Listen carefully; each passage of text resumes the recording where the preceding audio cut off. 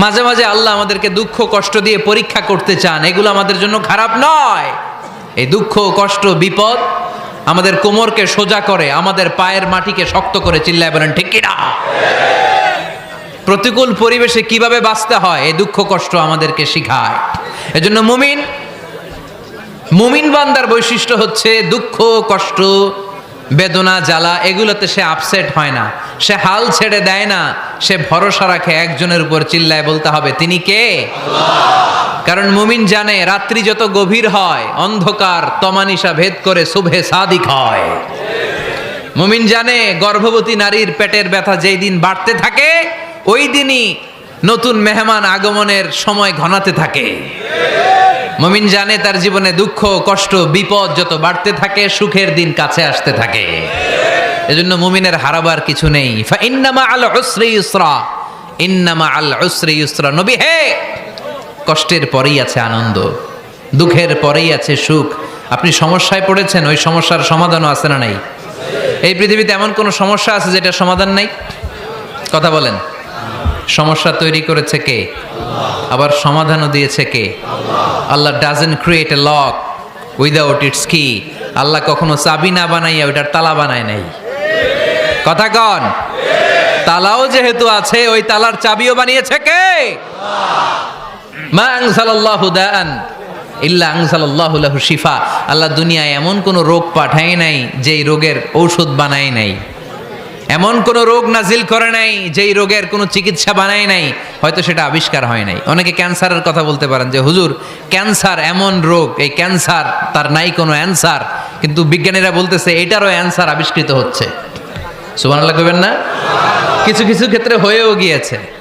এজন্য দুঃখের পরেই আছে সুখ, কষ্টের পরেই আছে আনন্দ।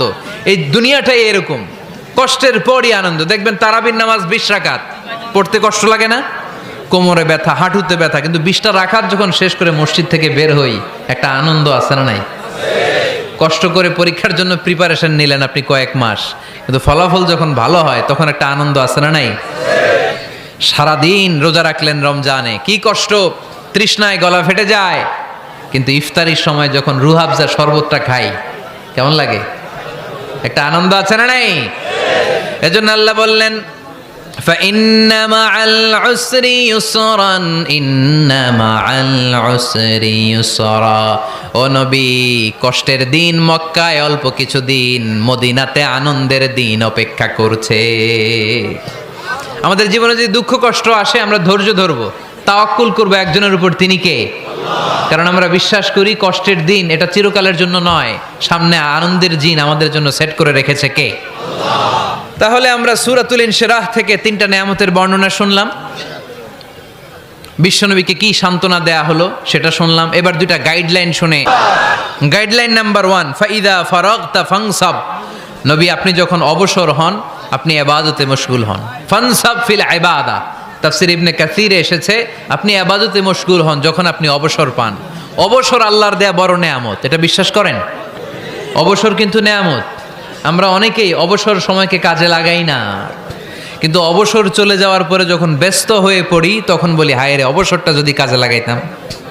পরীক্ষার পরে 3 মাস ছুটি ছিল, এই 3 মাস অবসরে যদি পড়তাম তাইলে তো আজকে ভার্সিটিতে চান্স পেয়ে যেতাম, ঠিক কি না? এজন্য বিশ্বনবীর আল্লাহ বললেন নবী ফাইদা ফারাগতা ফানসাব ওয়া ইলা রাব্বিকা ফারগাব। মাদানী জীবনে, মাক্কি জীবনে, দাওয়াতি কার্যক্রমের পরে, রাষ্ট্রীয় কার্যক্রমের পরে যখনই আপনি অবসর পাবেন তখনই আপনি ইবাদত করেন, তখনই বেশি বেশি আল্লাহর কাছে দোয়া করে। দোয়াটা খুব শক্তিশালী, কিন্তু আমরা অনেকে জানি না কি করে দোয়া করতে হয়। সিনসিয়ার দোয়া ইজ লাইক এ মিসাইল। আপনারা প্রায় পত্রিকায় শুনবেন আমেরিকা অমুক দেশে মিসাইল হামলা করেছে, শুনছেন? মিসাইল হামলা এমন হামলা কত সেন্টিমিটার বেগে যে কোন জায়গায় অ্যাটাক করবে, যেখানে মারার কথা ওখানে পড়বে। ঠিক দোয়াটা হচ্ছে মিসাইলের মতো। আপনি যদি দোয়ার মতো দোয়া করতে জানেন ওই দোয়াটাও জায়গা মতো যে ভেদ করবে, চিল্লা এখন ঠিক কিনা? কিন্তু আমরা দোয়া করতে জানি না, কি করে দোয়া করতে হয় এটা জানি না। বিশ্বনবীকে আল্লাহ বললেন নবী ফাইদা ফারাগতা ফানসাব, যখন আপনি অবসর হবেন তখন আপনি দোয়া করেন, আল্লাহর কাছে চান। বেশি বেশি চাইলে খুশি হয় কে? তার মানে প্রথম ঘোষণা হলো ফাইদা ফারাগতা ফানসাব। প্রথম নির্দেশনা হলো নবী, যখনই আপনি অবসর পাবেন ইবাদত করবেন এবং দোয়া করবেন, বেশি বেশি আল্লাহর কাছে চাইবেন। 2 নাম্বার দিক নির্দেশনা হলো ওয়াইলা রব্বিকা ফারগাব, সব সময় আপনি আপনার আল্লাহর দিকে মনোনিবেশ করবেন। বিপদে পড়লে ডাকবো কারে? আমাদের অসুস্থতাকে সুস্থতায় পরিণত করে দিতে পারে কে? চাকরির জন্য পাগল পারা, চাকরি নাই, চাকরির ব্যবস্থা করে দিতে পারে কে? বিদেশে যেতে মনে চায়, পাসপোর্ট দিয়ে রেখেছি, ভিসা নাই, ভিসা লাগাই দিতে পারে কে? কিন্তু আমরা দুঃখ কষ্ট বেদনা কিছু একটা হইলেই সবার আগে আল্লাহরে শেয়ার করার আগে ফেসবুকে শেয়ার মেরে দেই। আছে না নাই? আপনাদের ফেসবুক অ্যাকাউন্ট আছে নাকি? কার কার আছে দেখি?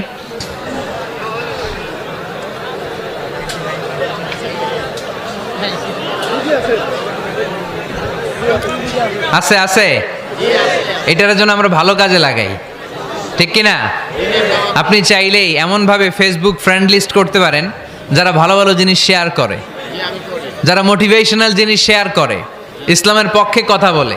আপনার এক একটা শেয়ারে অনেকের জীবন বেঁচে যেতে পারে, ঠিক কিনা? একজন মুমূর্ষ রোগীকে বাঁচাতে রক্তের প্রয়োজন, রক্তের গ্রুপ এ পজিটিভ।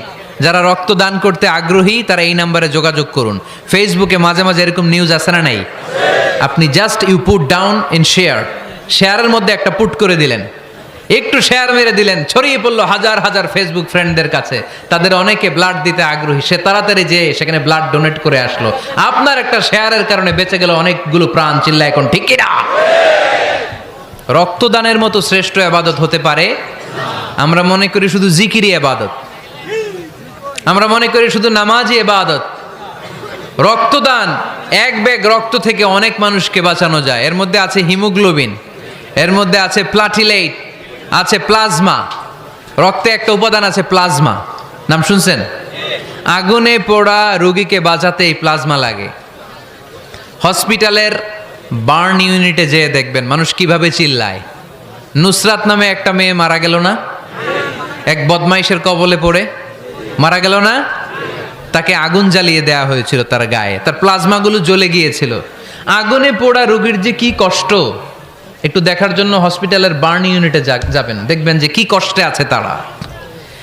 এই প্লাজমাগুলোকে অনেক সেন্টিগ্রেড তাপমাত্রা নামিয়ে ঠান্ডা করে দেহে পুশ করা হয়। আপনার এক ব্যাগ রক্ত থেকে প্লাজমা আলাদা করা হবে, প্লেটলেটস আলাদা করা হবে, হিমোগ্লোবিন আলাদা করা হবে, শ্বেতকণিকা, লোহিত কণিকা আলাদা করে অনেকগুলো মানুষ বেঁচে যাবে। এজন্য ফেসবুক থাকাটা দোষের কিছু না, তবে ভালো কাজে আমরা ব্যবহার করব, ঠিক কিনা? আপনার ফেসবুক শেয়ারিং আপনার জান্নাতি বানাতে পারে, আর আপনার ফেসবুক শেয়ারিং আপনার জাহান্নামের লাকড়ি বানাতে পারে। চিল্লায় বলেন ঠিক কিনা? So the decision is yours. সিদ্ধান্ত আপনাকে নিতে হবে, আপনি কিভাবে করবেন। যে কোনো বিপদে ওয়াইলা রাব্বিকা ফারগাব, কোনো দিকে মনোনিবেশ না করে কার দিকে মনোনিবেশ করব? যে কোনো বিপদ আপদ ফেসবুকে শেয়ার করার আগে শেয়ার করব কার কাছে? আমাদের যার যা লাগে আল্লাহ সবও যদি দিয়ে দেয়, আল্লাহর ধনভাণ্ডারের 1 ইঞ্চিও কমবে? হাদিসে কুদসিতে আল্লাহ বললেন, লাউ আন্না আউওয়ালাকুম ওয়া আখিরাকুম ওয়া ইনসাকুম ওয়া জিন্নাকুম, পৃথিবীর সব জিন, পৃথিবীর সব মানুষ বিশাল মরুভূমিতে দাঁড়িয়ে যদি আমার কাছে চাইতে শুরু করে, আল্লাহ এটা দাও, ওটা দাও, ওটা দাও, আমি আল্লাহ তোমাদের সব চাহিদাও যদি মিটিয়ে দেই, আমি আল্লাহর ধনভাণ্ডারের 1 ইঞ্চিও কমবে না। এজন্য চাইবো কার কাছে? বিপদে আপদে ভরসা করব কার কাছে? আর অবসরগুলোকে কাজে লাগানোর দরকার আছে না নাই? স্বাবলম্বী হওয়ার চেষ্টা করার দরকার আছে না নাই? ফা ইন্নামা আল উসরি ইউসরা, ইন্নামা আল উসরি ইউসরা। নবী হে, কষ্টের পরেই আছে সুখ, দুঃখের পরেই আছে আনন্দ। সব সময় মানুষের সময় একরকম কাটে না। এজন্য আমরা তাওয়াক্কুল করতে চাই একজনের উপর, তিনি কে? যখন তোমার মন খারাপ হয় তুমি সূরা ইনশিরাহ তেলাওয়াত করো, কেননা সূরা ইনশিরাহর ভেতরে আল্লাহ এমন মোটিভেশনাল কথা রেখে দিয়েছেন, এমন ইন্সপায়ারেশন রেখে দিয়েছেন, আপনি পড়লেই আপনার হৃদয়টা শীতল হয়ে যাবে। এই সূরাটাকে আমরা 3 ভাগে ভাগ করব। এই সূরার প্রথম 4 আয়াতে আল্লাহ তাআলা বিশ্বনবীর প্রতি কি নেয়ামত দিয়েছেন সেটার বর্ণনা করেছেন। প্রথম 4 আয়াতে নেয়ামতের বর্ণনা, তারপরের 2 আয়াতে বিশ্বনবীকে দিয়েছেন সান্ত্বনা, আর শেষ 2 আয়াতে দিয়েছেন দিক নির্দেশনা। খেয়াল করে শুনেন, প্রথম 4 আয়াতে তিনি দিয়েছেন নেয়ামতের বর্ণনা, পরের 2 আয়াতে তিনি দিয়েছেন আমার প্রিয় নবীকে সান্ত্বনা। আর শেষ দুই আয়াতে তিনি বিশ্বনবীকে দিয়েছেন নির্দেশনা। দেখি মনে রাখতে পেরেছেন কিনা? প্রথম 4 আয়াতে নেয়ামতের বর্ণনা, পরের 2 আয়াতে সান্ত্বনা, শেষ 2 আয়াতে দিক নির্দেশনা। তার মানে প্রথম 4 আয়াতে মার্সি এন্ড দ্য বাউন্টিজ, পরের 2 আয়াতে condolence and consolation, and finally শেষ 2 আয়াতে গাইডলাইন। তো আসুন আমরা দেখি কি সান্ত্বনা দিল, কি নিয়ামতের বর্ণনা দিল। আল্লাহ বললেন, আলাম নাশরাহ লাকা সাদরাক, নবী হে, আমি কি আপনার হৃদয়কে উন্মোচিত করে দেইনি? আমি কি আপনার বক্ষদেশকে প্রশস্ত করার মাধ্যমে সত্যকে আপনার সামনে তুলে ধরিনি? বিল ঈমান ও বিনূরিল কোরআন, কোরআনের নূর দিয়ে আর ঈমান দিয়ে আপনার হৃদয়টারে প্রশস্ত করে দিয়েছে কে? ফামাই ইউরিদিল্লাহু আন ইয়াহদিয়াহু ইয়াশরাহ সাদরাহু লিল ইসলাম। যাকে আল্লাহ হেদায়েত দিতে চায়, যাকে আল্লাহ হেদায়েতের পথের পথিক বানাতে চায়, তার জন্য, ইসলামের জন্য তার হৃদয়টাকে আল্লাহ খুলে দেন। বিশ্বনবীর হৃদয়টাও এরকম খুলে গেল। বিশ্বনবী টের পেলেন ইসলাম ছাড়া মানবতার মুক্তির আর কোনো সম্ভাবনা নাই। ইসলাম মানুষের মুক্তি নিশ্চিত করতে পারে। ইসলাম দিয়ে এই ঘুণে ধরা সমাজকে ঠিক করা যাবে। ইসলামকে যদি প্র্যাকটিস করা না যায়, তাহলে এই মজুদদারির যে সমস্যা বাংলাদেশে চলছে, এটাকে বন্ধ করা যাবে না। ইসলাম থেকে প্রেসক্রিপশন না নিলে চাঁদাবাজি বন্ধ হবে না, টেন্ডারবাজি বন্ধ হবে না, শুধু দুদকের অফিস থেকে বসে বসে দুর্নীতি দমন করা যাবে না। এজন্য ইসলাম থেকে প্রেসক্রিপশন নিতে হবে। আল্লাহ তাআলা বললেন, আলাম নাশরাহ লাকা সাদরাক, নবী হে, ইসলামের জন্য আপনার হৃদয়টাকে কি আমি খুলে দেইনি? সত্য কি আপনার সামনে আমি তুলে ধরিনি? আপনাকে আমি আলাম নাজআলকা আহলাল হিম্মা, আপনার কি হিম্মতওয়ালা আমি বানাইনি? ইসলাম যখন আপনার হৃদয়ে ক্লিয়ার, আপনি বিশাল শক্তির সামনে দাঁড়িয়ে হাজার মানুষের সামনে ইসলামের পক্ষে কথা বলবেন, আপনি কাউরে ভয় পাবেন না। চিল্লায় বলেন ঠিক কি না? এজন্য আল্লাহ বললেন, আলাম নাশরাহ লাকা সাদরাকা ওয়া ওয়াদা'না আনকা বিজরাকাল্লাযী আনকাদা যাহরাক ওয়া রাফা'না লাকা যিকরাক। সুবহানাল্লাহ পড়েন। নবী, আপনার হৃদয়টাকে আমি ইসলামের জন্য প্রশস্ত করে দিয়েছি। আপনি একেবারে সুনিশ্চিতভাবে বুঝতে পেরেছেন, জানতে পেরেছেন যে মানব সমস্যার সমাধান আছে শুধু ইসলামের ভেতরে। কিসের ভেতরে? এজন্য আমাদেরকে ইসলাম মানতে হবে। কি মানতে হবে? ইসলাম মানবো কতক্ষণ দেহে প্রাণ থাকে? ইসলাম মানবো কোনখানে? সবখানে। উত্তর দেন, ইসলাম মানবো কতক্ষণ দেহে প্রাণ থাকে? ইসলাম মানবো কোনখানে? রাজি আছেন নাকি ভাগাভাগি করবেন? কিছু ইসলাম, কিছু মন মতো। মসজিদ, মাহফিল, মাদ্রাসা ইসলাম, আর গোটা দুনিয়াটা মন মতো। এরকম ভাগাভাগি করা যাবে না, খবরদার। ইসলাম মানবতার মুক্তির সোপান। বিশ্বনবী এটা নিশ্চিত হলেন। বিশ্বনবীর হৃদয়টারে উজালা করে দিল কে? আলাম নাশরাহ লাকা সাদরাক, হে নবী, আপনার হৃদয় কি আমি খুলে দেইনি? হৃদয় খুলে দেয়া মানে হৃদয়ের মধ্যে হিম্মত তৈরি করে দেয়া। সাইয়েদনা মূসা আলাইহিস সালাম এই দোয়াটা আল্লাহর কাছে করেছিলেন, রব্বি ইশরাহলি সাদরি ওয়া ইয়াসসিরলি আমরি, আল্লাহ আমার কাজ সহজ করেন, আমার হৃদয়টারে আপনি খুলে দেন। সাইয়েদনা মূসা আলাইহিস সালাম আল্লাহর কাছে চেয়েছেন আল্লাহ যেন হৃদয় খুলে দেয়, কিন্তু আমার নবী চাওয়ার আগেই আমার নবী হৃদয়টারে খুলে দিয়েছে কে? আল্লাহ। আবার অনেক মুফাসসিরিনে ইকরাম বলেছেন এখানে শারহে সাদর দ্বারা শাক্কু সাদর উদ্দেশ্য, মানে সিনা চাক। আমার নবীর জীবনে পুরো জিন্দেগিতে 3 বার সিনা চাক হয়েছিল। কয়বার? 3 বার। সিনা চাক মানে বক্ষ বিদীর্ণ করা, ইংরেজিতে বলে ওপেন হার্ট সার্জারি। কি বলে? আপনাদের এই এলাকায় কারো হয় নাই? শুনছেন না এটা? ওপেন হার্ট সার্জারি, গলা থেকে নাভি পর্যন্ত একেবারে কেটে ফেলে। বিশ্বনবীকে এবার 3 বার এভাবে ওপেন হার্ট সার্জারি করা হয়েছে। একবার যখন বিষ্ণু ঈসা ইসলাম বনু সাদ গোত্রে ছিল তখন, দ্বিতীয়বার যখন কোরআন নাজিল হবে তার আগ দিয়ে তখন, 3 নম্বরে বিষ্ণু ঈসা ইসলামকে যখন ঊর্ধ্ব জগতের অনেক দামি দামি জিনিস দেখানো হবে ওই মেরাজ রজনীর সময়টাতে, তখন কোন সুবহানাল্লাহ। বিশ্বনবী বললেন, আমি উম্মে হানির ঘরে শুয়েছিলাম, আমাকে ছাদ 2 ভাগ করে ছাদের উপর দিয়ে নিয়ে হাতিমে কাবাতে শুইয়ে দেয়া হলো, গলা থেকে নাভি পর্যন্ত ছিঁড়ে ফেলা হলো, আমার হৃদয়টাকে বের করে জমজমের পানি দিয়ে ক্লিন করা হলো। আমার হৃদয়ে জ্ঞান, আমার হৃদয়ে ঈমান আর প্রজ্ঞা দিয়ে পরিপূর্ণ করা হলো। অনেক মুফাসসিরিন একরাম বলেছেন আলাম নাশরাহ লাকা সাদরাক মানে হচ্ছে হে নবী আমি কি আপনার বক্ষ বিদীর্ণ করি নাই।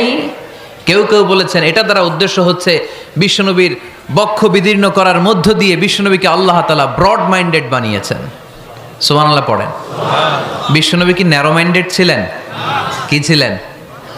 জোরে বলেন, আরো জোরে।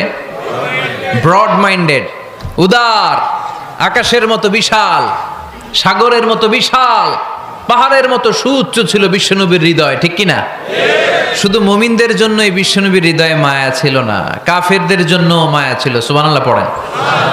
রাহমাতাল লিল আলামিন, আমার নবী কি ছিল?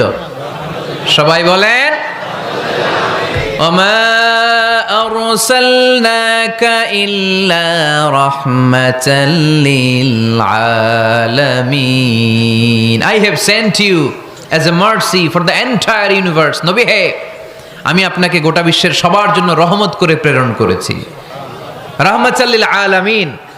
আল্লাহ এখানে চাইলে বলতে পারতেন রাহমাতাল লিল মুসলিমিন, নবী আপনি শুধু মুসলিমদের জন্য রহমত, এটা বলছে? নবী আপনি শুধু মুত্তাকিদের জন্য রহমত, বলছে?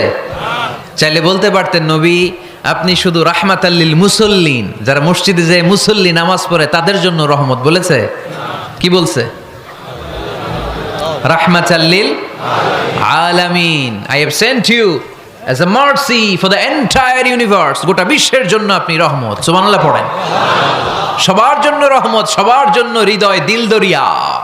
এজন্য তিনি ছিলেন ব্রড মাইন্ডেড, কখনো মানুষের ক্ষতি করতে চাইতেন না। এমনকি যুদ্ধের ময়দানে যেখানে আপনি প্রতিপক্ষকে আঘাত করবেন সেখানেও বিশ্বনবী ক্ষয়ক্ষতিকে মিনিমাইজ করার ট্রাই করতেন। তিনি যখন খায়বার দুর্গে আক্রমণ করবেন তার মিলিটারিকে, বিষ্ণু ঈসা ইসলাম মিলিটারিকে 5 ভাগে ভাগ করতেন। 5 ভাগে ভাগ করতেন। কি কমান্ডার ছিলেন তিনি! এক ভাগের নাম মুকদ্দমাতুল জাইশ, ফ্রন্ট উইং। ডান দিকে একটা থাকতো মাইমানা, বায়ে একটা থাকতো মাইসারা, মাঝখানে যে ব্যাটালিয়ন থাকতো এটার নাম কালব, পেছনেরটার নাম খালফ। সুবহানাল্লাহ পড়েন। এজন্য বিশ্বনবী যখন অ্যাটাক করতেন তখন সবাই বলতো যা আল মুহাম্মদ ওয়াল খামিস, মুহাম্মদ তার 5 উইং এর ব্যাটালিয়ন নিয়ে আমাদের উপর আক্রমণ করেছে।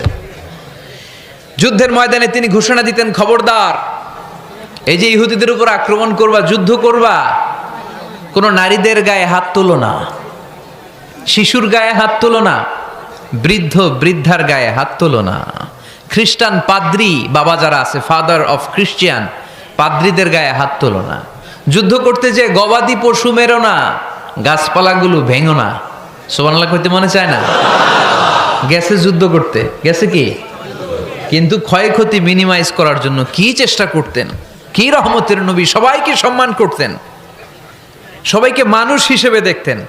আমরা ভাগ করে ফেলি, আমরা দেখা মাত্রই যদি দেখি মাথায় টুপি আর দাড়ি, তখনই ভাবা শুরু করি এটা কার মুরিদ? কি সরসিনার মুরিদ, না চরমনায়ের মুরিদ, না আটরশির মুরিদ, না অমুক জায়গার মুরিদ? অথবা আমরা বলতে শুরু করি এ কি জামাত করে, না খেলাফত মজলিস করে, না ইসলামী আন্দোলন করে, না তাবলীগ করে। ভাগাভাগি আছে না নাই? কিন্তু আমরা তাকে মানুষ হিসেবে দেখি না। আগে দেখতে হবে মানুষ। আপনার চোখ দিয়ে যা দেখবেন এগুলো মানুষ, এগুলো সবাই মানুষ। বিশ্বনবী মানুষ হিসেবে সবাইকে ট্রিট করতেন। সাহাবাদেরকে নিয়ে বিশ্বনবী বসে আছেন, একটা লাশ নিয়ে যাওয়া হচ্ছে, লাশ দেখে বিশ্বনবী দাঁড়িয়ে গেলেন। সাহাবারা বললেন ইয়া রাসূলুল্লাহ আপনি দাঁড়ালেন যে? ইন্নাহু ইয়াহুদি, এটা ইহুদির লাশ। ইন্নাহু ইয়াহুদি, এটা তো ইহুদির লাশ, বসেন, দাঁড়ালেন যে? বিশ্বনবী বললেন আওয়ালাইসাত নাফসান, এটা কি মানুষ না? সুবহানাল্লাহ পড়বেন না? আওয়ালাইসাত নাফসান, হোক না ইহুদি, হোক না খ্রিস্টান, হোক না আস্তিক আর নাস্তিক, এটা কি মানুষ নয়? সে মানুষ। সবার উপরে মানুষ সত্য, তাহার উপরে নাই। মাখলুকাতের মধ্যে সবচাইতে বেশি শ্রেষ্ঠতম হচ্ছে মানুষ। বিশ্বনবী সবাইকে মানুষ হিসেবে ট্রিট করতেন। এজন্য বিশ্বনবী হচ্ছেন সবচেয়ে বেশি ব্রড মাইন্ডেড, মানে খোলা মনের, বড় মনের, দিল দরিয়া। ন্যারো মাইন্ডেড ছিলেন না। আমরা ন্যারো মাইন্ডেড, আমরা অল্পতে ঝগড়া বাঁধিয়ে দেই, আমরা অল্পতে অন্যকে গালমন্দ করি, আমরা অল্পতে ভাগাভাগি করি। ভাগাভাগি করবেন না, সহজ করে ইসলামকে উপস্থাপন করুন। আর দিন ও ইউসরুন লা উসরা ফি। আমার প্রিয় ফরিদপুরের ভাইয়েরা, দিন সহজ, এটার মধ্যে কাঠিন্যতা নাই, আমরা এটারে কঠিন বানাইছি। আমি প্রায় বিভিন্ন মাহফিলে বলি যে আল্লাহ ছাড় দেয় কিন্তু মাওলানা ছাড় দেয় না, আছে না নাই? আল্লাহ ঠিকই ছেড়ে দিয়েছে। মৌলভী ছাড় দেয় না। বিশ্বনবী সাহাবাদেরকে নিয়ে বসা এক বেদুইন এসে মসজিদের ভিতরে উট ঢুকায় দিছে, মসজিদে নববীতে, আর মসজিদের মাঝখানে বসে পেশাব করা শুরু করে দিছে। আপনাদের এখানে ফরিদপুরের সবচেয়ে বড় মসজিদ কোনটা? কি নাম? এই কেন্দ্রীয় জামে মসজিদের ভিতরে যদি এক হিন্দু ঢুকে পেশাব শুরু করে কি করবেন? হ্যাঁ, ওই কয় কোবায়ালামু। তো আবেগে ওরে পিটানো শুরু করবে সবাই। সাহাবারাও তাই শুরু করলেন, মারতে উদ্ধত হলেন। বিষ্ণু বললেন, এই রাখো রাখো, ওরে পেশাব করতে দাও, পেশাব করতে দাও। এর কারণ কেউ যখন ইউরিন পাস করে, স্টুল পাস করে, তখন এটা তাকে ধীরে সুস্থে করতে দিতে হয়। এজন্য টয়লেটে কেউ ঢুকলে জোরে বাড়ি দিবেন না, তাহলে খবর আছে। কাশি দিবেন, যে একটু কাশি দিবেন এরকম, হ্যাঁ, তো এরকম কাশি দিবেন। অথবা পায়চারি করবেন। যদি পায়চারি করেন তাহলে সে বুঝবে সামওয়ান ইজ ওয়েটিং আউটসাইড, সামনে একজন ওয়েটিং করতেছে বাইরে, আমাকে বেরোতে হবে। কিন্তু আপনি যদি ওরা ডাক দেন, কুদ্দুস রে, কুদ্দুস কইবা আমি নাই, কারণ এটা ভয়ঙ্কর একটা বিষয়। আপনি যখন ইউরিন পাস করছেন খুব স্মুথলি করতে হয়, তখন ডাক দিলে পেশাব আটকায় গেলে আপনার ভয়ঙ্কর রোগ হতে পারে। কি ফিলোসোফার ছিলেন, কি বড় ডাক্তার ছিলেন বিশ্বনবী মুহাম্মদ সাল্লাল্লাহু আলাইহি ওয়াসাল্লাম। বিশ্বনবী বললেন, ওরে ডেকো না, কাজ সারতে দাও। ইচ্ছা মতো বেটা পেশাব করার পরে বিশ্বনবী গেলেন, যে বললেন, তুমি যে পেশাব করেছো তুমি কি জানো এই জায়গাটা কি? বেদুইন বলে, না আমি তো জানি না এই জায়গাটা কি। বিশ্বনবী বললেন, এটা আমাদের ইবাদতগাহ। এটা আমাদের কি? ইবাদতগাহ।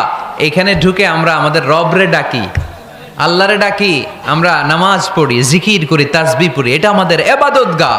কাজটা করা তোমার মোটেও ঠিক হয়নি। লোকটা অবাক হয়ে গেল, ঘটনা কি? তাদের ইবাদতগাহতে আমি পেশাব করেছি আর আমাকে জামাই আদর, আর আমাকে এত সুন্দর করে বলে যে এটা ইবাদতগাহ। আমাদের ইবাদতগাহের ভিতরে যদি কেউ এরকম করতো, ওরে তো একেবারে সাইজ করে ফেলতাম। সে অবাক হয়ে গেল। সে জিজ্ঞেস করলো, হু আর ইউ, কে আপনি? বিশ্বনবী বললেন, না মুহাম্মদ সাল্লাল্লাহু আলাইহি ওয়াসাল্লাম, আমি শান্তির ধর্ম ইসলামের প্রেরণার বাণীবাহক। আমি লা ইলাহা ইল্লাল্লাহ মুহাম্মাদুর রাসূলুল্লাহ এই বাণী দিয়ে গোটা বিশ্বে বিপ্লব তৈরি করতে এসেছি। বেদুইন বলল, আমাকেও আপনার বিপ্লবে শরীক করে নেন। ইসলাম মারামারি কাটাকাটিতে আসে নাই। আপনার ব্রড মাইন্ডেড অ্যাটিটিউড দেখে হিন্দু ভাইরা কালিমা পড়ে মুসলমান হয়ে যাবে। এজন্য আল্লাহ বললেন, আলাম নাশরাহ লাকা সাদরাকা ওয়া ওয়াদা'না আনকা বিজরাক আল্লাযী আনকাদা যাহরাক ওয়া রাফা'না লাকা যিকরাক। সুবহানাল্লাহ পড়েন। আলাম নাশরাহ লাকা সাদরাক, নবী হে, আমি কি আপনারে ব্রড মাইন্ডেড বানিয়ে দেই নাই? এটা আপনার জীবনে বড় নেয়ামত। আপনি সংকীর্ণ মনা না, আপনি ছোট মনের মানুষ নয়, আপনি বিশাল হৃদয়ের মানুষ। ইসলামের জন্য আপনার হৃদয়টারে আমি নবী খুলে দিয়েছি। এ হলো বিশ্বনবীর উপর প্রথম নেয়ামত। 2 নম্বরে আল্লাহ বললেন, ওয়া ওয়াদা'না আনকা বিজরাকাল্লাযী আনকাদা যাহরাক। নবী হে, আমি আপনার পিঠ থেকে বিশাল বোঝাটা নামিয়ে দিয়েছি। সুবহানাল্লাহ পড়েন। কি নামিয়ে দিয়েছি? বোঝা। উত্তর করতে হবে, রেসপন্স। এটা তাফসির মাহফিল, এটা হচ্ছে ক্লাসের মতো, যে কথা বলে শিক্ষক আর আমরা সবাই ছাত্র, ঠিক কি না? বোঝা নামিয়েছি নবী। কি নামিয়েছি? তাফসিরে 2টা এসেছে। ভিজরুন মানে বোঝা, ভিজরুল যাম পাপের বোঝা, আর একটা হচ্ছে ভিজরুল গাম চিন্তার বোঝা। বিশ্বনবীর কোনো পাপ নাই, বিশ্বনবীর সব কিছুকে মাফ করে দিয়েছে কে? আল্লাহ। লিয়াগফিরা লাকাল্লাহু মা তাকাদ্দামা মিন যামবিকা মা তাআখার। নবী আপনার আগেরও গুনাহ নাই, আপনার পরেরও গুনাহ নাই। আপনি নবী মাসুম, আপনার গুনাহ নাই, আপনি নিষ্পাপ। নবীদের গুনাহ হয় না। আহলুস সুন্নাহ ওয়াল জামাআতের আকীদা হচ্ছে নবীরা মাসুম, নবীদের জীবনে কোনো গুনাহ হয় না। চিৎকার করে বলেন ঠিক কি না? ও নবী, ওয়া ওয়াদা'না আনকা বিজরাক, আপনার এই বোঝা আমি নামিয়ে দিয়েছি। বিশ্বনবী ভাবতেন 40 বছর বয়সে আমি নবী হলাম, তার আগে যা করলাম আল্লাহ এটা কি করবে? আল্লাহ বলে, নবী আপনার আগের গুনাহ, পরের গুনাহ, গুনাহ বলতে কিছুই নাই, সবই মাফ, সব মাফ। তারপরেও আমার নবী বলতেন, আল্লাহে লা আস্তাগফিরুল্লাহ ওয়া আতুবু ফিল ইয়াউম আকসার মিন ৭০ মাররা। আমি এমন নবী যার কোনো গুনাহই নাই, আগের গুনাহও নাই, পরের গুনাহও নাই, তারপরেও আমি নবী প্রতিদিন ৭০ বারেরও বেশি তওবা আর ইস্তেগফার পড়ি। আমাদের জন্য শিক্ষা। তাহলে আল্লাহ বললেন, ওয়া ওয়াদানা আনকা বিজরাক, পাপের বোঝা আমি নামিয়ে দিলাম। বিশ্বনবীর কোনো পাপ নাই, পাপ মুক্ত। তাফসিরে ২ নম্বরে এসেছে বিজরুল গাম, চিন্তার বোঝা। বিশ্বনবী সব সময় আমাদেরকে নিয়ে চিন্তা করতেন। কাকে নিয়ে চিন্তা? কথা বলেন। আমাদেরও চিন্তা আছে না নাই? কিসের চিন্তা? হ্যাঁ, টাকার চিন্তা। ফরিদপুরের ভাইদের টাকার চিন্তা। আর কিসের চিন্তা আপনাদের? হ্যাঁ, উম্মতের চিন্তা। মাশাআল্লাহ, এই ভাই উম্মতকে নিয়ে ভাবে। আপনাদের আর কার কি নিয়ে চিন্তা বলেন? পেটের চিন্তা। এদিকে পাওয়া গেছে পেটের চিন্তা, এদিকে বউয়ের চিন্তা, কবরের চিন্তা। আর কিসের চিন্তা? আখিরাতের চিন্তা। তো আমাদেরও চিন্তা আছে, বিশ্বনবীরও চিন্তা ছিল। ২ চিন্তা কি এক? বিশ্বনবীর কাঁধে তো পুরা উম্মার জিম্মাদারি। কিয়ামত পর্যন্ত যারা পৃথিবীতে আসবে সবার জন্য বিশ্বনবী কাঁদতেন। এই আওয়াজ করে কে? এদিকে কি হয়েছে? ওরে বসায় দেন। বিশ্বনবীর গোটা উম্মা নিয়ে চিন্তা। সব নবীকে আল্লাহ তাআলা একটা করে দোয়া দিয়েছিলেন আর বলেছিলেন, নবী একটা স্পেশাল দোয়া করার সুযোগ তোমাদেরকে দিলাম, ওই দোয়া করলেই কবুল হয়ে যাবে। কিন্তু সুযোগ পাবা জীবনে কয়বার? সবাই বলেন কয়বার? সব নবী কয়টা করে পাইছে? সব নবী তাদের দোয়াগুলো দুনিয়াতেই করে ফেলেছে। বিশ্বনবী বলেন, লিকুল্লি নবিয়্যিন দাওয়া মুস্তাজাবা। এ দুনিয়াতে সব নবীদের একটা করে মুস্তাজাবুদ দাওয়া আছে। আল্লাহ বলেছে, ও নবী একটা করে স্পেশাল দোয়া করার সুযোগ পাবা, দোয়াটা করা মাত্রই কবুল করে নেব। বিশ্বনবী বললেন, এই পৃথিবীর বুকে যত নবী রাসূল দুনিয়ায় এসেছে সব নবীরা তাদের স্পেশাল দোয়া দুনিয়ায় করে ফেলেছে, ইল্লা আনা, কিন্তু আমি করি নাই। বিশ্বনবী বললেন, ওয়া ইন্নী আখতাবিউ দাওয়াতি শাফাআতান লি উম্মতি ইয়াউমাল কিয়ামাহ। আমি আমার স্পেশাল দোয়াটা করি নাই, আমার স্পেশাল দোয়াটা আমি আমার গুনাহগার উম্মতকে বাঁচানোর জন্য কিয়ামত পর্যন্ত রেখে দিয়েছি। আমরা যেদিন বিপদে পড়ে যাব, যেদিন আমার আব্বা আমারে চিনবে না, আমি আমার আব্বারে চিনব না, নেতা তার কর্মীরে চিনবে না, কর্মী নেতারে চিনবে না, ঠিক কিনা? পীর সাহেব মুরিদরে চিনবে না, মুরিদ পীর সাহেবরে চিনবে না, স্বামী তার স্ত্রীরে চিনবে না, স্ত্রী তার স্বামীরে চিনবে না। নবী থেকে শুরু করে, অলি থেকে শুরু করে, শহীদ থেকে শুরু করে সবার মুখে একটাই জিকির, ইয়া নাফসি ইয়া নাফসি ইয়া নাফসি। আকাশের সূর্যটা যেদিন মাথার কাছে চলে আসবে, জমিনটা তামার জমিন হয়ে যাবে। সূর্যের তাপে মাথার মগজগুলো ভাতের মাড়ের মতো গলে গলে নাকের ছিদ্র, কানের ছিদ্র দিয়ে টপ টপ করে বেয়ে বেয়ে নিচে পড়বে। ওই কঠিন দিনে কেউ কাউরে চিনবে না। বিষ্ণু বললেন, ওই দোয়াটা আমি দুনিয়ায় করি নাই। আমি বদরের যুদ্ধে মার খেয়েছি, উহুদের যুদ্ধে দাঁত ভেঙেছি, আমি না খেয়ে পেটে পাথর বেঁধেছি। আমি যদি ওই দিন দোয়া করতাম, আল্লাহ দোয়া কবুল করে নিত, জান্নাতি খাবার দিয়ে দিত, আমার মায়ের খাওয়া লাগতো না, তায়েফে আমার রক্ত ঝরতো না, দোয়া করলেই কবুল। কিন্তু ওই দোয়াটা আমি দুনিয়ায় করি নাই। ওই দোয়াটা আমার জন্য, আপনার জন্য, আমাদের জন্য বিশ্বনবী জমা রেখে দিয়েছে। এজন্য বিশ্বনবীর চিন্তা আর আমাদের চিন্তা এক চিন্তা না, বিশ্বনবীর পুরা উম্মতের চিন্তা। কিয়ামত পর্যন্ত যত মানুষ আসবে সবাই আমার উম্মত, না জানি তাদের নসিবে কি হয়ে যায়। এই চিন্তার বোঝা বিশ্বনবীকে কাবু করে ফেলেছিল। আল্লাহ বললেন, নবী নো টেনশন, কোনো টেনশন নাই, আপনার এই চিন্তার বোঝাকে আপনার পিঠ থেকে আমি আল্লাহ নিজ দায়িত্বে সরিয়ে নিলাম। এজন্য আল্লাহ বললেন, আলাম নাশরাহ লাকা সাদরাকা ওয়া ওয়াদানা আনকা বিজরাক আল্লাযী আনকাদা যাহারাক। যেই চিন্তার বোঝা আপনাকে কষ্ট দেয়, যেই চিন্তার বোঝা আপনারে পেরেশান করে তোলে, আপনার পিঠ থেকে ওই চিন্তার বোঝা নবী আমি সরিয়ে নিলাম। কি দিয়ে সরিয়ে নিল? কোরআনের আলো দিয়ে। আওয়াজ করে বলতে হবে, কি দিয়ে? বিশ্বনবী মক্কায় দেখতেন মূর্তির পূজা হয়, আল্লাহর ঘরের ভিতরে ৩৬০টা মূর্তির পূজা। বিশ্বনবী দেখতে পেলেন দুর্বলের উপরে সবলের অত্যাচার, বিশ্বনবী দেখতে পেলেন নারীদেরকে অত্যাচার করা হয়, কন্যা সন্তান হলে বাবা তার মেয়েটাকে নিয়ে জঙ্গলের ভেতরে ঢুকে কিংবা মরুভূমির ভেতরে যে জীবিত দাফন করে দেয়। ওয়াইদাল মাউউদাতু সুইলাত ওয়াদুল বানাত, বিশ্বনবী এগুলো দেখতেন চারপাশে। দেখে এই পথহারা জাতিকে কিভাবে উদ্ধার করবেন, কি দিয়ে উদ্ধার করা যায়, এই টেনশনে বিশ্বনবীর পিঠ বাঁকা হয়ে গিয়েছিল। উপমা বাঁকা হয়ে গিয়েছিল, বিশ্বনবী সব সময় পেরেশান থাকতেন। আল্লাহ বললেন, নবী টেনশনের দরকার নাই, হেরা গুহায় এমন একটা নূরের আলো দিয়ে আমি আপনারে আলোকিত করব, যার মাধ্যমে সব পেরেশানি দূর হয়ে যাবে। আলম নাশরাহ লাকা সাদরাকা ওয়া ওয়াদানা আনকা বিজারাক আল্লাযী আনকাদা যাহারাক। আপনাকে পেরেশান বানিয়ে দেয় এরকম সব চিন্তার বোঝা আমি আল্লাহ সরিয়ে নিলাম। সুবহানাল্লাহ। দুইটা নেয়ামত শুনলাম, এবার 3 নম্বরের নেয়ামত আল্লাহ বললেন ওয়া রাফা'না লাকা যিকরাক। এই আয়াতটা মুখস্থ করতে হবে আজকে, আমার সাথে সাথে পড়েন ওয়া রাফা'না লাকা যিকরাক। সবাই বলেন নাই, পড়েন ওয়া রাফা'না লাকা যিকরাক ওয়া রাফা'না লাকা যিকরাক। নবী হে, আপনার সম্মানকে আমি আকাশচুম্বী করেছি। I have dignified your status high and high, the highest peak. আপনার মর্যাদা উঠাতে উঠাতে আকাশ বাতাস ছাপিয়ে সাত আকাশ কাঁপিয়ে আরশের উপরে নিয়ে গিয়েছি। আপনার মর্যাদা আমার পরপরই, স্রষ্টার পরে পুরো সৃষ্টিকুলের উপরে বিশ্বনবীর মর্যাদা আছে না নাই? এজন্য আল্লাহ বললেন ওয়া রাফা'না লাকা যিকরাক, ও নবী আপনার মর্যাদা সম্মান আমি আকাশচুম্বী করেছি। আপনার সুনাম সুখ্যাতি মান মর্যাদা আমি গোটা বিশ্বে ছড়াইয়া দেব।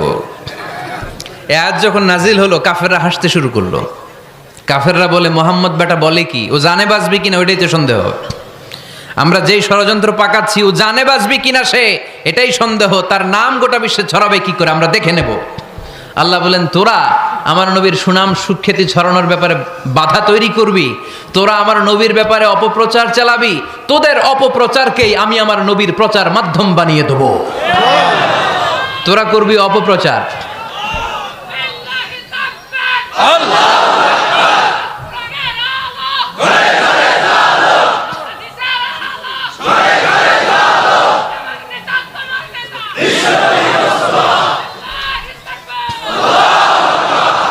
তোদের অপপ্রচারকে আমি আমার নবীর জন্য প্রচার মাধ্যম বানিয়ে দেব।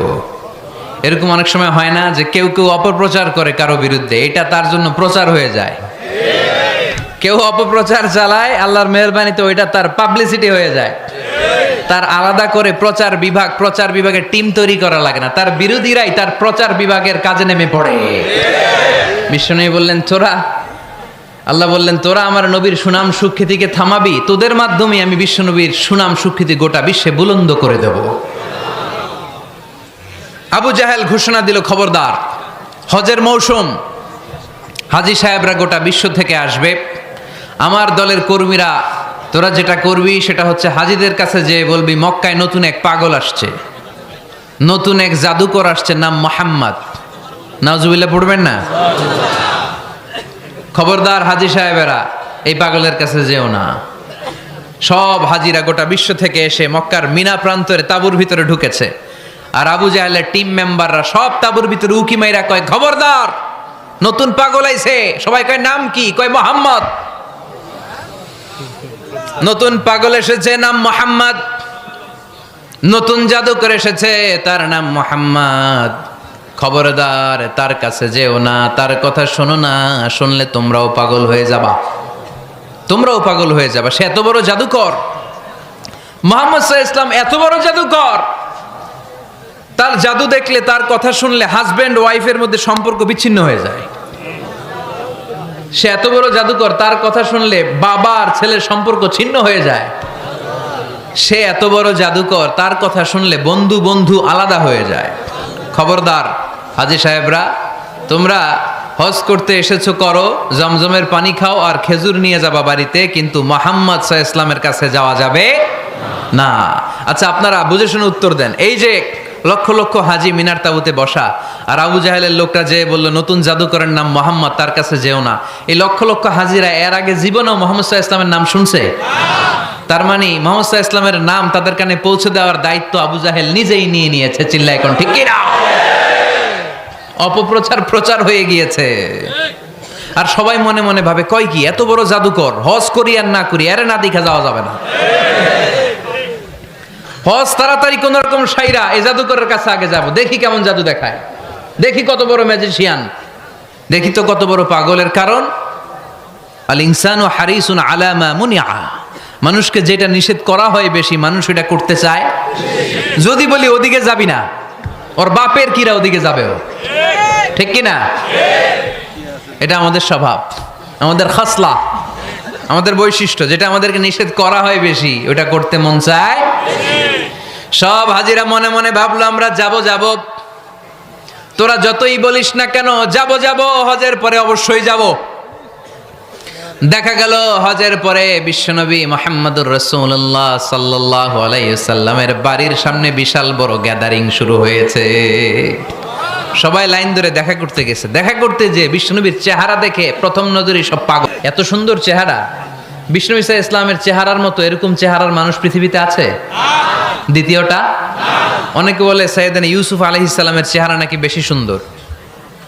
সুন্দর ঠিক, কিন্তু আমার নবীর চাইতে বেশি নয়। বিষ্ণু বলতেন আনা মালিহুন ওয়া আখি ইউসুফু সাবিহুন, আমার ভাই ইউসুফ হচ্ছে সাবিহ, সাবিহ মানে সাদা সুন্দর ধবধবে, আর আমি হচ্ছে মালিহ, মালিহ মানে এসেছে মিলহন থেকে, মিলহন মানে লবণ, মানে লাবণ্যময় সুন্দর। আমার ভাই ইউসুফ নবী সাদা সুন্দর, আমি লাবণ্যময় সুন্দর। কোনটার দাম বেশি? লাবণ্যময় সুন্দরের দাম বেশি। সাইয়েদনা ইউসুফ আলাইহিস সালামের চেহারা দেখে মিশরের মেয়েরা লেবু কাটতে যে বা কমলা কাটতে যে, আনার কাটতে, কমলা কাটতে যে আঙ্গুল কেটে ফেলেছিল। কোরআন তার সাক্ষী। ওয়া কাত্তা'না আইদিয়াহুন। আম্মাজান আয়েশা রাদিয়াল্লাহু তাআলা আনহা যখন এই ঘটনা শুনেছেন, তিনি মিশরের মেয়েদেরকে ডাক দিয়ে বলেছেন, ও মিশরের মেয়েরা, তোমরা ইউসুফ নবীর সৌন্দর্য দেখে লেবু কাটতে যে আঙ্গুল কেটেছ, আমার স্বামী পেয়ারা নবী মুহাম্মদ রাসূলুল্লাহর চেহারা যদি তোমরা দেখতা, তাহলে লেবু কাটতে যে আঙ্গুল নয়, কলিজাটা কেটে টুকরা টুকরা করে দিতা। আবার আম্মা জান আয়েশা বলতো, লাকুম শামসুন ওয়া লানা শামসুন, তোমাদের জন্য একটা সূর্য আছে, কিন্তু আমি আয়েশার জন্য আলাদা একটা সূর্য আছে। তোমাদের সূর্যটা প্রতিদিন সকালবেলা পূর্ব আকাশে উদিত হয়ে গোটা দুনিয়াটারে আলোকিত করে দেয়, আর আমার সূর্যটার নাম হলো মুহাম্মদ সাল্লাল্লাহু আলাইহি ওয়াসাল্লাম। মসজিদে নববীতে এশার নামাজের পরে আমার সূর্যটা আমার ঘরে উদিত হয়। তোমাদের সূর্য সকালবেলা পূর্ব আকাশে উঠে গোটা দুনিয়াটারে আলোকিত করে, আমার সূর্য মুহাম্মদ এশার নামাজের পরে আমার ঘরের ভেতরে যখন উকি দেয়, আমার পুরো ঘরটারে আলোকিত করে দেয় কে? এত সুন্দর চেহারা ছিল, ওনার চেহারার নূর দিয়ে হারানো সুই খুঁজে পেয়েছে বিশ্বনবীর স্ত্রীরা। চিল্লায় কোন আল্লাহু আকবার। বিশ্বনবীর চেহারার সৌন্দর্যের সাথে কারো সৌন্দর্যের কোনো মিল হবে? No comparison with our beloved prophet Muhammad sallallahu alayhi wasallam. Whether it's the fitness, whether it's the appearance, whether it's the status, no comparison with our prophet. এটা ফিটনেসের দিক থেকে হোক, এটা চেহারার সৌন্দর্যের দিক থেকে হোক, এটা কণ্ঠস্বরের ঝংকারের দিক থেকে হোক, সম্মান আর মর্যাদার দিক থেকে হোক, আমার নবীর সম্মানের ধারে কাছেও সম্মান পৃথিবীর কারো হতে পারে না। চিল্লায় বলেন ঠিক কি না? এজন্য আল্লাহ বললেন, ওয়া রাফা'না লাকা যিকরাক, নবী আপনার সম্মান বাড়াতে বাড়াতে আমি আকাশচুম্বী করেছি। লোকজন সব যে বিশ্বনবীর দরবারে লাইন ধরেছে, হাজিরা সব বিশ্বনবীর কাছে যে চেহারা দেখেই কুপকাত, বাকি জিনিস তো পরে। অনেকে আছে না, চেহারা দেখলেই মানুষ পাগল হয়ে যায়, আছে না নাই? চেহারা দেখেই পাগল, চেহারা দেখেই পাগল। তারপর তারা মিলাতে লাগলো। মিনার তাবুতে আবু জাহেলের কর্মীরা ঘোষণা দিয়েছিল, এলাকায় মোহাম্মদ নামে পাগল এসেছে। তারা মিলায়ে দেখে না, এই মহামানব কোনোদিন পাগল হতে পারে না, কারণ পাগলের চুলগুলো থাকে উস্কো খুস্কো, ঠিক কিনা? আমার নবী সাল্লাল্লাহু আলাইহি ওয়াসাল্লামের চুল উস্কো খুস্কো ছিল? কত সুন্দর চুল আঁচড়ে রাখতেন, জাইতুনের তেল দিতেন। আতর ঢেলে মাথার শীতির মধ্যে ঢেলে দিতেন, কপাল বেয়ে বেয়ে পড়তো, আর যেখানে সেজদা দিতেন সেজদার জায়গায় আতরের ঘ্রাণে আমোদ হয়ে যেত। হাতের তালুতে পারফিউম মাখতেন, আর মানুষের সাথে মুসাফা করলে যার সাথে মুসাফা তার হাতের সাথে নবীর ব্যবহৃত পারফিউমের ঘ্রাণ ছুটে যেত। এত পরিচ্ছন্ন ছিলেন তারা। বিশ্বনবীর চেহারার সাথে আবু জাহেলের বক্তব্যের মিল খুঁজে পায় না। তারা বলে না, এই লোক কখনো পাগল হতে পারে না। পাগলের চুল থাকে উস্কো খুস্কো, জামা থাকে ছিঁড়া ফাড়া, গায়ের মধ্যে থাকে ময়লা। পাগল কখনো দাঁত মাজে না, কিন্তু বিশ্বনবীর মুচকি হাসির ফাঁক দিয়ে দাঁতের দিকে তাকালে মানুষগুলো সব পাগল হয়ে যায়। স্মাইল দিতেন বিশ্বনবী, স্মাইল, মুচকি হাসি, তাবাসসুম। বিশ্বনবীর মুচকি হাসি দেখলে মানুষ পাগল হয়ে যেত, পাগল পড়া হয়ে যেত। তারা বলে না না, এ মহামানব তো কখনো পাগল হতে পারে না। আবার মিলাতে লাগলো আবু জাহেলের কর্মীরা বলেছিল এটা নাকি বড় জাদুকর, কিন্তু তারা বলে না না, এই অসাধারণ লোকটা জাদুকরও হতে পারে না, সে তো কোনো মন্ত্র পড়ে না। জাদু করার জন্য মন্ত্র পড়ার দরকার আছে না নাই? বিষ্ণুনবী কি মন্ত্র পড়তো? বিষ্ণুনবী কি পড়ে শোনাতো? চিল্লায় বলেন, কি পড়ে শোনাতো? কোরআন শোনাতো। এত সুন্দর কণ্ঠ ছিল বিশ্বনবীর, পাগল হয়ে যেত মানুষ শুনতে শুনতে, পাগল পাড়া হয়ে যেত, বিমুগ্ধ হয়ে যেত। তারা সবাই বলতে আরম্ভ করলো, আবু জাহেল তুমি মিথ্যাবাদী, তবে তোমাকে ধন্যবাদ এরকম একটা মানুষের সাথে পরিচয় করিয়ে দেওয়ার জন্য। সুবহানাল্লাহ কইলেন না?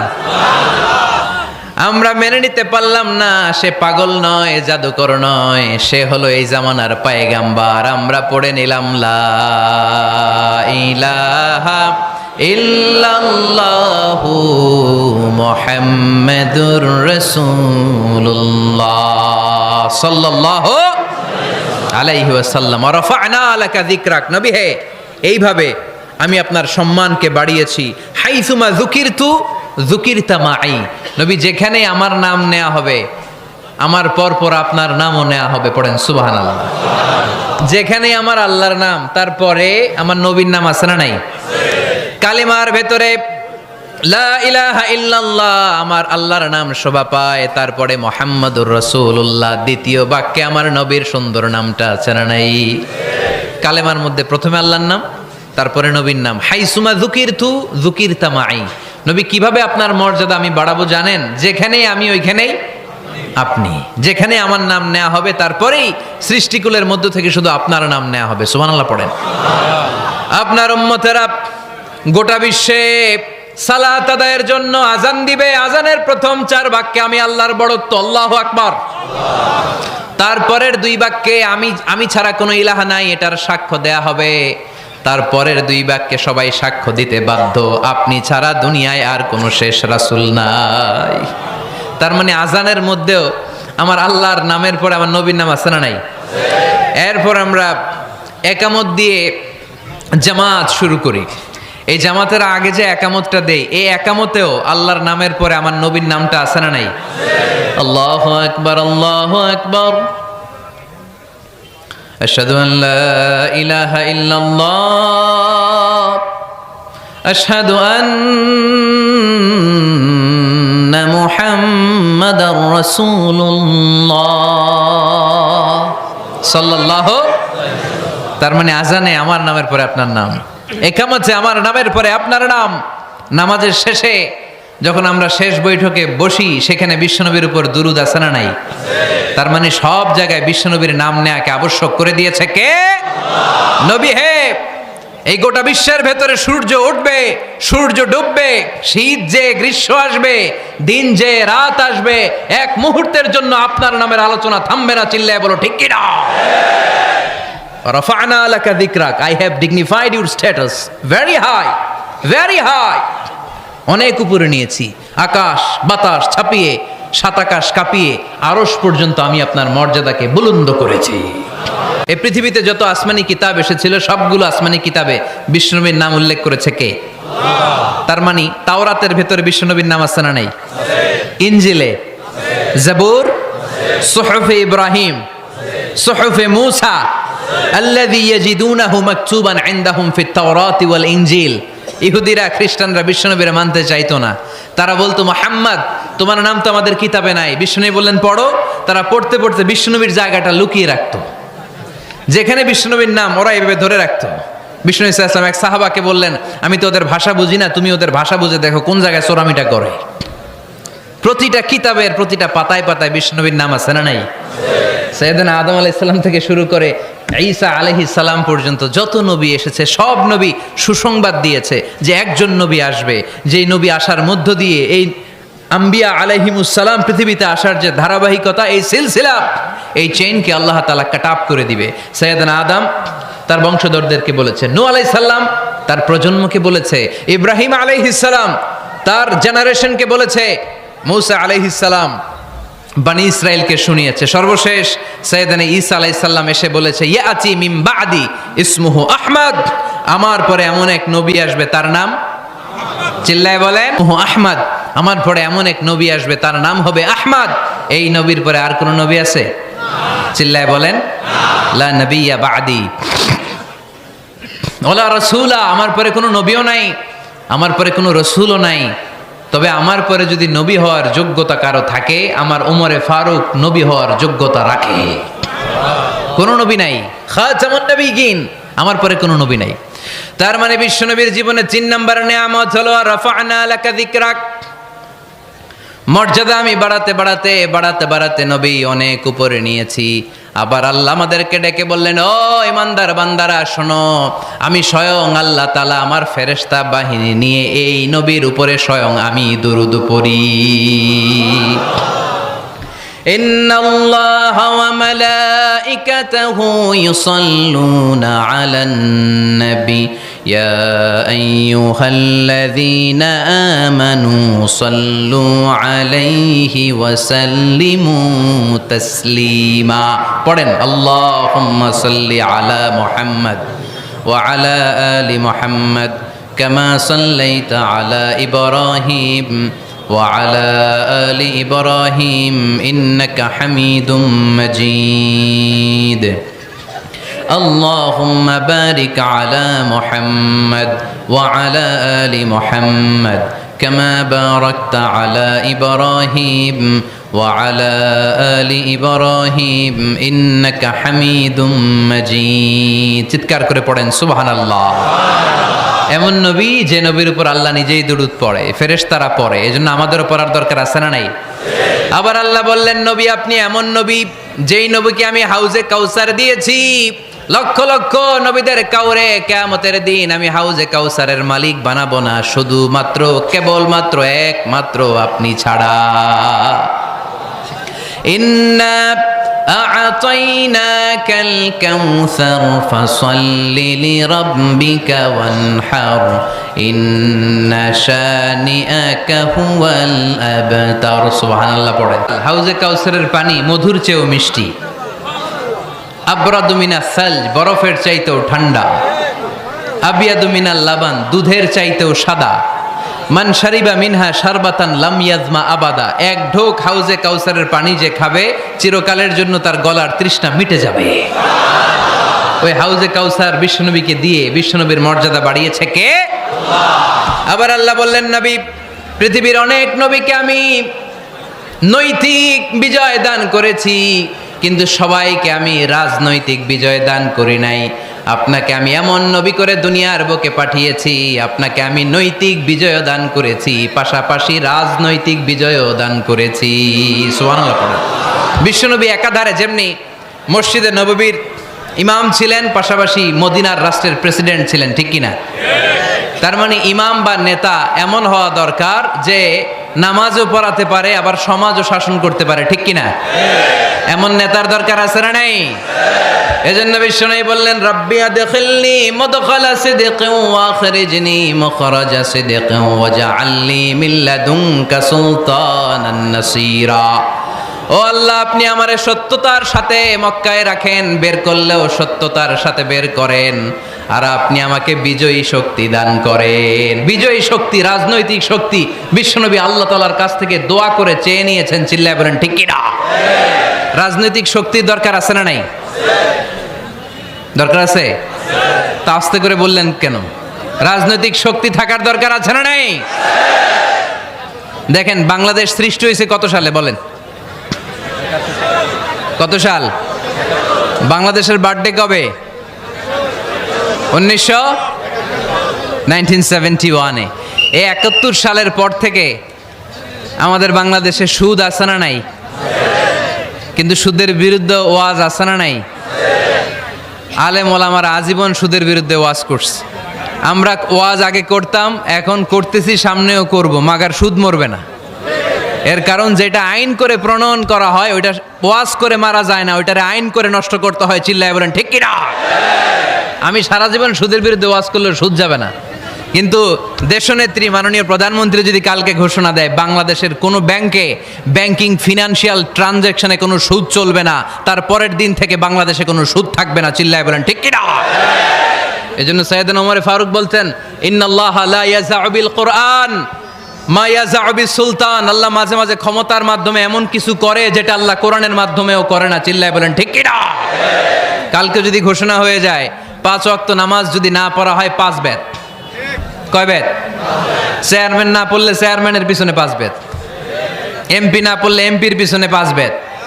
কথা বলেন?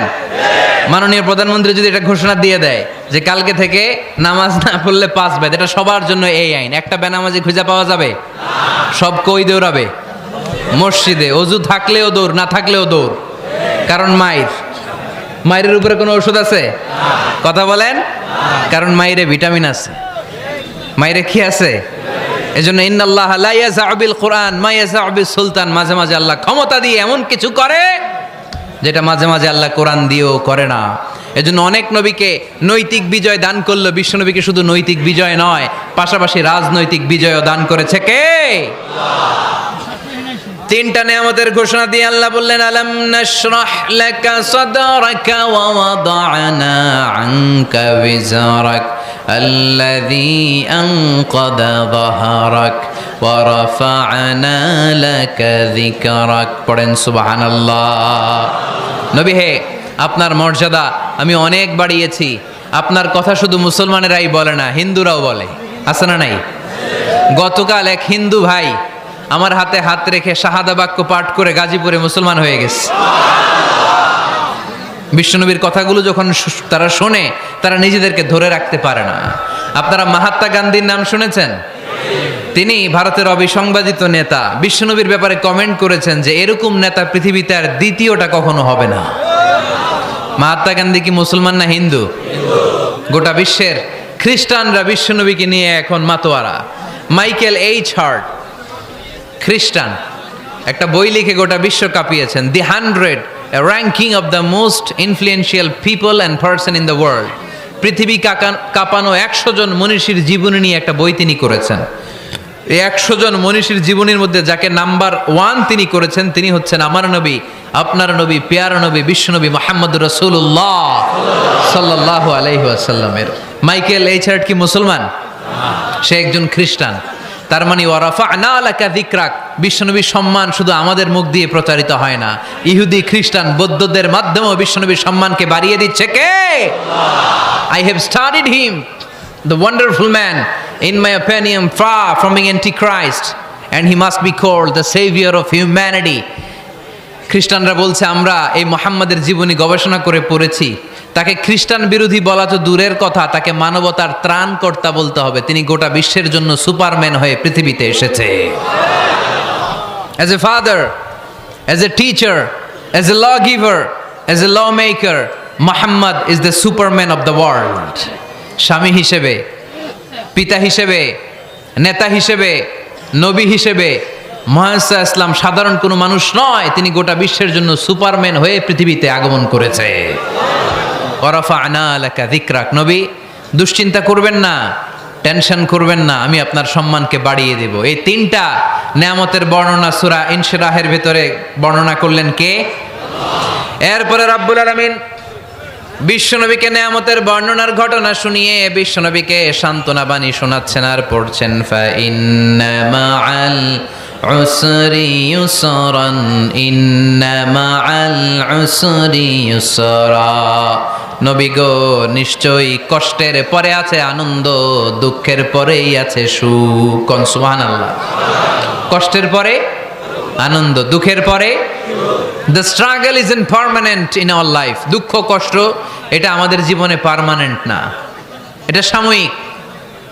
আচ্ছা, আওয়াজ করে উত্তর দেন তো, এক বছরে কয়দিন আপনাদের ফরিদপুরে? কয়দিন? 365 দিন। গত 365 দিনে না খেয়েছিলেন কয়দিন? 20 দিন, 30 দিন। তার মানে অল্প কিছুদিন না খেয়েছিলাম, সারা বছরই খেয়েছিলাম, ঠিক কিনা? আচ্ছা, তো 365 দিনে অসুস্থ ছিলেন কয়দিন? 4-5 দিন, কিংবা 20 দিন, কিংবা 1 মাস, কিংবা 56 দিন, কিংবা 65 দিন। তার মানে বাকি 300 দিন আরামে ছিলাম কি ছিলাম না? তার মানে আমাদের জীবনে দুঃখ বেশি না আনন্দ বেশি? সুখ বেশি না কষ্ট বেশি? এজন্য আল্লাহ বললেন, খবরদার, মুমিন কখনো হেরে যায় না। মুমিনের হারাবার কিছু নাই। মুমিনের জীবনে যদি আনন্দ আসে, মুমিন শুকরিয়া করে, শুকরিয়া করলে সওয়াব আছে না নাই? আর মুমিনের জীবনে যদি দুঃখ আসে, মুমিন সবর করে, ধৈর্য ধরে, ধৈর্যেও সওয়াব আছে না নাই? তাহলে আমাদের সব দিক দিয়েই তো লাভ। আনন্দের দিনগুলাতে শুকরিয়া করব, আর দুঃখের দিনগুলাতে ধৈর্য ধরবো, দুইটার মধ্যে সওয়াব আছে না নাই?